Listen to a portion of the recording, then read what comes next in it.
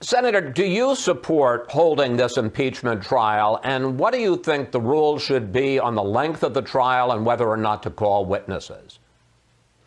Well, we're certainly going to have a trial. I wish that weren't necessary, but the president's conduct with regards to the call to Secretary of State Raffensperger in Georgia, as well as the incitation towards the insurrection that led to the attack on the Capitol, calls for a trial. And, if we're going to have unity in our country, I think it's important to recognize the need for accountability, for truth and justice. So I think there will be a trial, and I hope it goes as quickly as possible, but that's up to the counsel on both sides.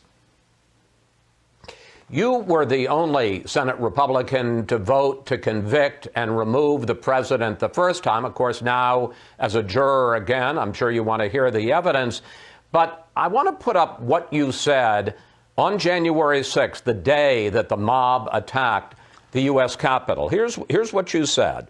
"We gathered today due to a selfish man's injured pride. What happened here today was an insurrection incited by the President of the United States." Senator, it sure sounds like you're going to vote to convict. Well, there's no question but that the article of impeachment that was sent over by the House suggests impeachable conduct, but we have not yet heard either from the prosecution or from the defense.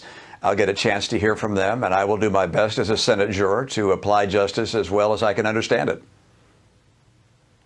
You also, I'm sure, have read that there was a report over the weekend that President Trump was talking seriously at one point in December about firing the acting Attorney General of the United States, putting in a new acting Attorney General who supported the idea of trying to get Georgia to overturn its election results. Do you think that should be part of the trial?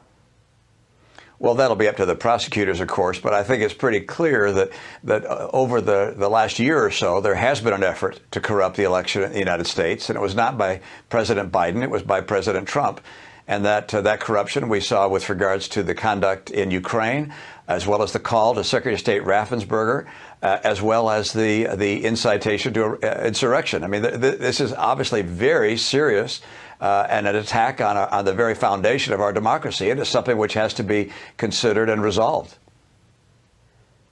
There is talk among some Senate Republicans about ending this trial on a procedural ground, whether it's even constitutional to try a president who's already left office, and not even get to the issue of President Trump's innocence or guilt. How would you feel about that, trying to end this trial on this constitutional issue?